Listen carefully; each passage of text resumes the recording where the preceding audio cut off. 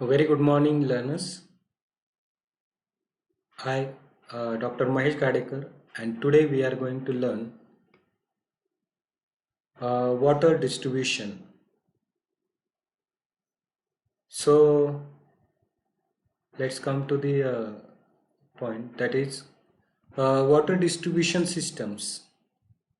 These are ordinarily designed that adequately satisfy the water requirement of combination of domestic, commercial, industrial, and firefighting purposes. And when we are talking about this water demands by the public for various purposes, uh, one should get noted that these systems are consist of various components. Let's come to the actual networks. My water is carried from the source water, that are the reservoir which catches the water from the catchment, and transport this water from the reservoir is transported to the water treatment plant, where various activities are carried out that we have already seen so far. So in this water treatment plant, we utilize the power, we utilize the chemicals, we utilize the labors, and several activities are going on, such as aeration, filtration, then disinfection, to make the water quality up to desired limit. As per our Indian standard code, as we are knowing, we are supplying water to a standard code, that is IS 10500. Now this water is being treated for the desired quality, and now we are interested in supplying this water to the actual end users. This may be our domestic lines, maybe for the industrial purposes, maybe for the commercial, on the commercial ground, and in case accidentally, for the fire fighting purposes. So the performance of this system can be judged only by on the basis of the pressure, as I need to transfer water from the water treatment plant to the end user, and the pressure is the only criteria that can be utilized to transfer water from this water treatment plant to the end user. And also, as we need to transfer this water from one location to the another location, it requires a connections of the pipes and their intermittent connection, that are known as the water apparatuses. Uh, this system utilizes various pipelines, apparatuses, water treatment plant, and the pumping stations, and so on.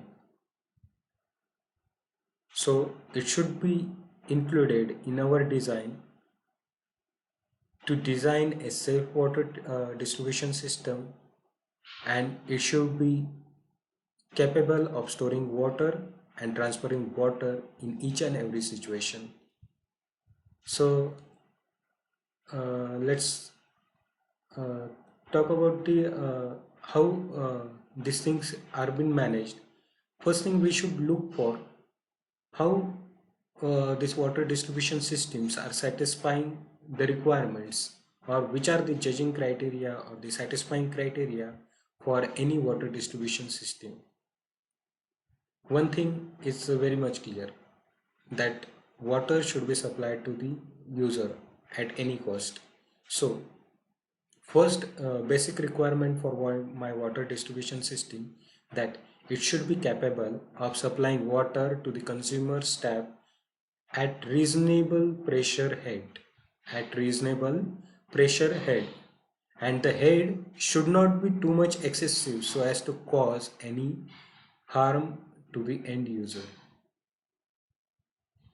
uh, it should capable of meeting a fire demand in any accidental condition.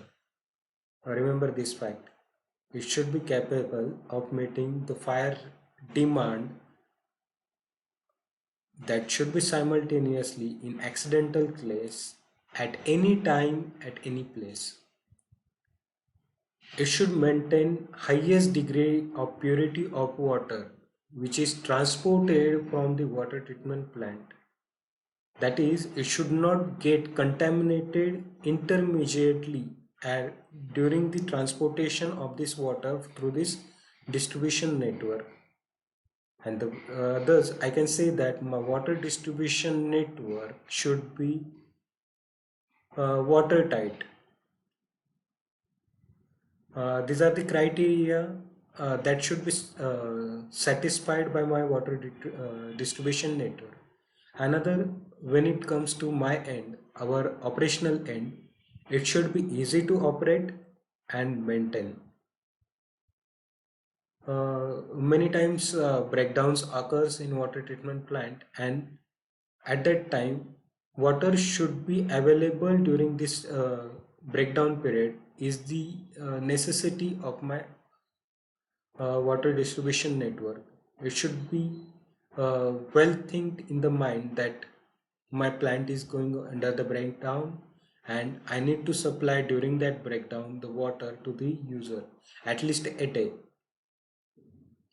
It should be led in such a way that during the repairs of this water treatment, distribution network, pipelines, appliances, the daily routine of people should not get disturbed, such as traffic congestion due to the repair and maintenance of this water network.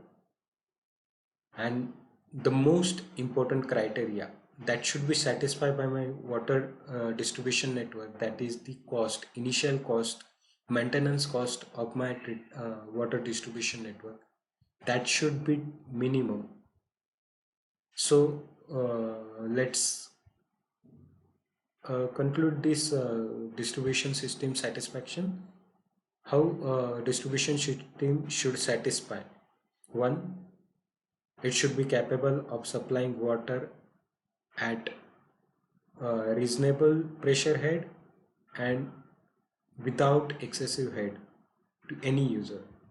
It should be capable of meeting fire demands simultaneously. It should maintain highest degree of purity of water. That is, it should be watertight. It should be easy to operate and maintain. Water should be available during breakdown period.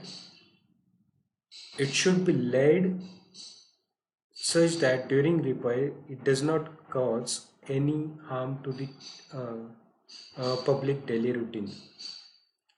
And the initial cost of distribution should be as minimum as possible.